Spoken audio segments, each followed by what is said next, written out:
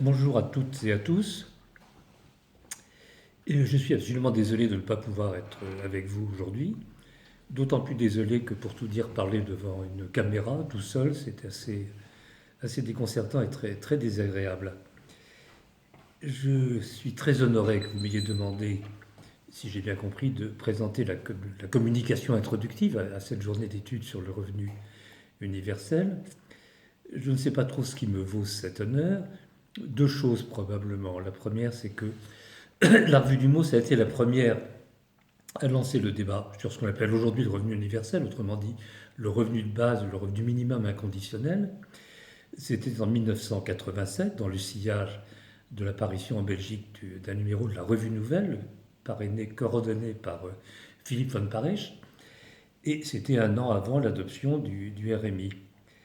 La deuxième raison pour laquelle je crois, notamment Télémac Masson, m'a demandé de présenter cette communication au début de votre rencontre, c'est que quelques années après la parution de ce numéro du MOS, dans un autre numéro de la revue du MOS, j'ai développé l'idée que le fondement symbolique principal d'un revenu minimum inconditionnel était ce que j'ai appelé l'inconditionnalité conditionnelle, thématique sur laquelle je vais revenir. Cette question des fondements du revenu minimum, elle est absolument essentielle, déterminante, avant même de s'interroger sur les modalités possibles de délivrance d'un revenu minimum, sur son montant, sur la question des destinataires, des individus, des familles ou autre chose.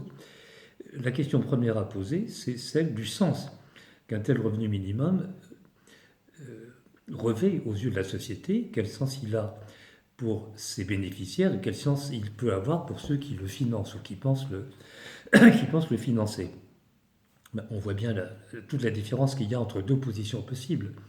La première, c'est celle qui dirait, sans le dire aussi crûment, mais qui, pour l'essentiel, dirait la chose suivante. Vous les bénéficiaires du revenu minimum, vous êtes des bons à rien ou des incapables. On ne va pas se débarrasser de vous, mais on va vous mettre dans un coin de la société et en espérant que vous ne nous dérangiez pas. Prenez cette somme et tenez-la pour solde de tout compte, en quelque sorte. L'autre position, c'est le contraire qui dirait cette somme qui vous est versée, vous la recevez parce que nous espérons que vous pourrez à votre tour contribuer pleinement au développement de la vie sociale, à la construction d'une société plus harmonieuse. Voilà, deux positions très différentes. Donc la question des fondements symboliques, philosophiques du revenu universel, elle est absolument déterminante. Et c'est elle qui, pour l'essentiel d'ailleurs, détermine l'extraordinaire variabilité des positions possibles sur la question qui vont de la gauche à la droite, voire de l'extrême gauche à l'extrême droite, selon les cas de figure. Du côté de ceux qui refusent l'idée même d'un revenu universel, l'argument principal, c'est celui qui pose que le travail est le fondement de la vie sociale et qu'il est la condition sine qua non de l'estime de soi. C'est une position tout à fait honorable qui mérite bien sûr d'être prise en considération. Du côté des partisans d'un revenu minimum inconditionnel, il y a des arguments plus variés. On peut penser qu'il est nécessaire de le créer soit pour favoriser la liberté du plus grand nombre, la liberté réelle pour tous, comme dirait Philippe von Parijs, ou alors pour des questions d'égalité, ou simplement pour des questions de charité, de philanthropie, d'aide aux plus démunis. On pourrait dire encore, c'était un des arguments de Benoît Hamon dans sa campagne, qu'il va devenir indispensable à mesure que les progrès de l'intelligence artificielle vont supprimer de plus en plus d'emplois. Mais je pense que, en fait, là, les arguments principaux sont peut-être d'un autre ordre. Ils sont peut-être d'un autre ordre et ils touchent à la question de l'inconditionnalité, justement.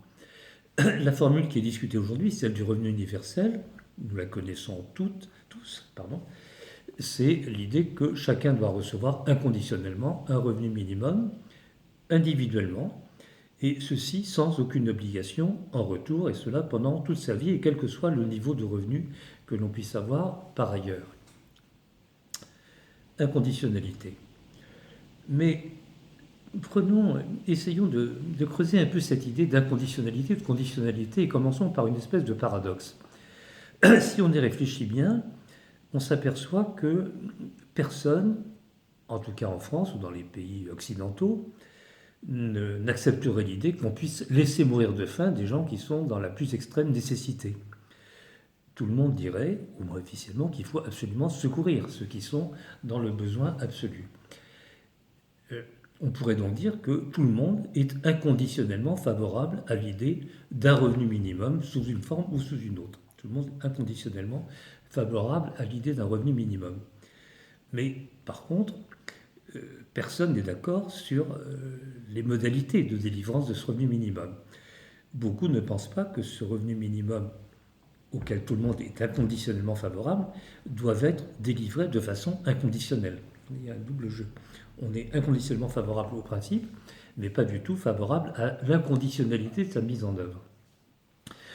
Détaillons un petit peu les positions sur cette question. On a d'une part les tenants du workfare, principalement dans les pays anglo-saxons, en Angleterre, comme on le voit par exemple avec les films de Ken Loach, et ceux-là disent et qui rendent en partie les chômeurs responsables de leur situation, ceux-là pensent qu'il doit leur être fait obligation d'accepter n'importe quel emploi pour n'importe quelle rémunération et à n'importe quel endroit. À eux de se débrouiller.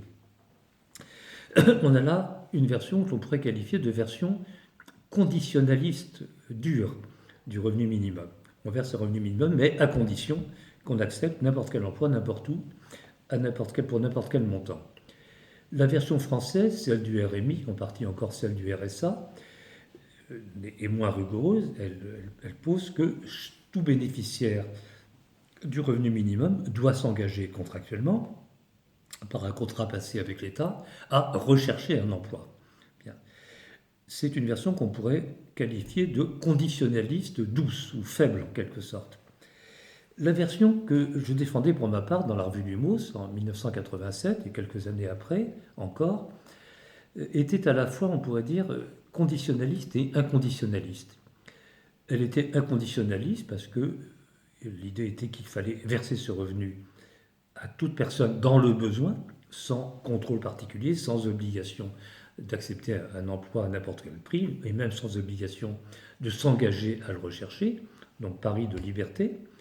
En même temps, ça restait conditionnaliste faible, très faible, ultra faible, puisque pour des soucis de plausibilité politique, il me semblait qu'il fallait limiter la délivrance de ce revenu minimum aux personnes qui étaient en dessous d'un certain niveau de revenu et qu'il fallait par ailleurs le verser sur la base de ménages, dans un souci de plausibilité financière. Bon, j'ai changé d'avis maintenant, je suis totalement partisan de la formule qui est débattue aujourd'hui, qui est la formule du revenu minimum, du revenu universel, et donc d'une formule d'inconditionnalité forte.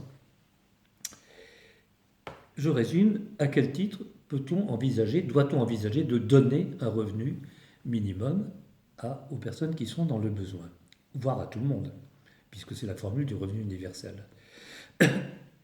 À quel titre le donner? Voilà qui pose la question du don.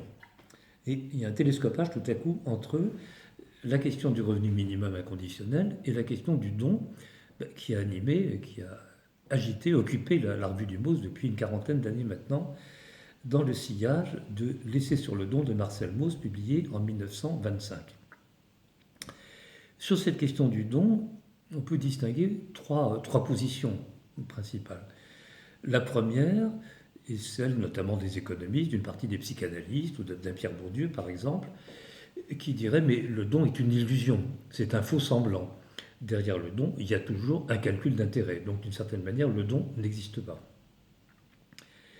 La deuxième position est celle des philosophes phénoménologues, notamment Jacques Derrida et dans son sillage le philosophe catholique Jean-Luc Marion, pour qui le don, je résume Derrida, c'est la figure de l'impossible. Pour que le don soit véritablement un don, il faut qu'il ne procède d'aucune intention, d'aucun calcul, d'aucun pari, et qu'on n'attende absolument rien de la part de celui ou de ceux qui le reçoivent. Et du coup, disait Derrida, le don, c'est la figure de l'impossible, parce qu'en fait, la condition pour que le don soit véritablement un don est tellement vertigineuse à certains égards que le don ne peut pas exister. Curieusement, cette version très éthérée du don rejoint la version critique d'un Pierre Bourdieu, par exemple.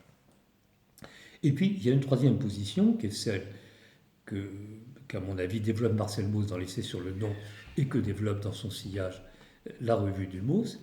C'est la position qui consiste à dire que le don, c'est un acte foncièrement politique.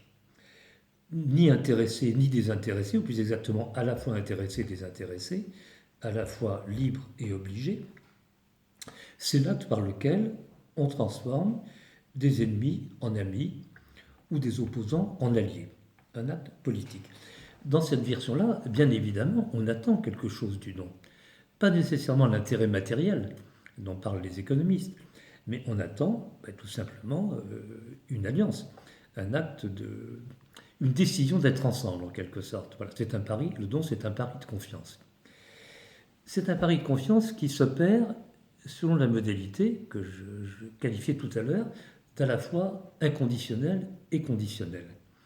Expliquons cette idée un peu étrange. On peut l'expliquer à partir d'un passage de l'essai sur le don de Marcel Mauss qui m'avait beaucoup frappé. C'est vers la fin de l'essai sur le don, et Marcel Mauss écrit « Lorsque deux sociétés qui s'ignoraient jusque-là, ce qu'il dit société ou tribu ou groupe, je ne me rappelle plus très bien, mais peu importe, lorsque deux sociétés qui s'ignoraient jusque-là se rencontrent, elles n'ont que deux choix possibles, soit se confier totalement, soit s'ignorer, soit se défier, soit se confier, soit se défier.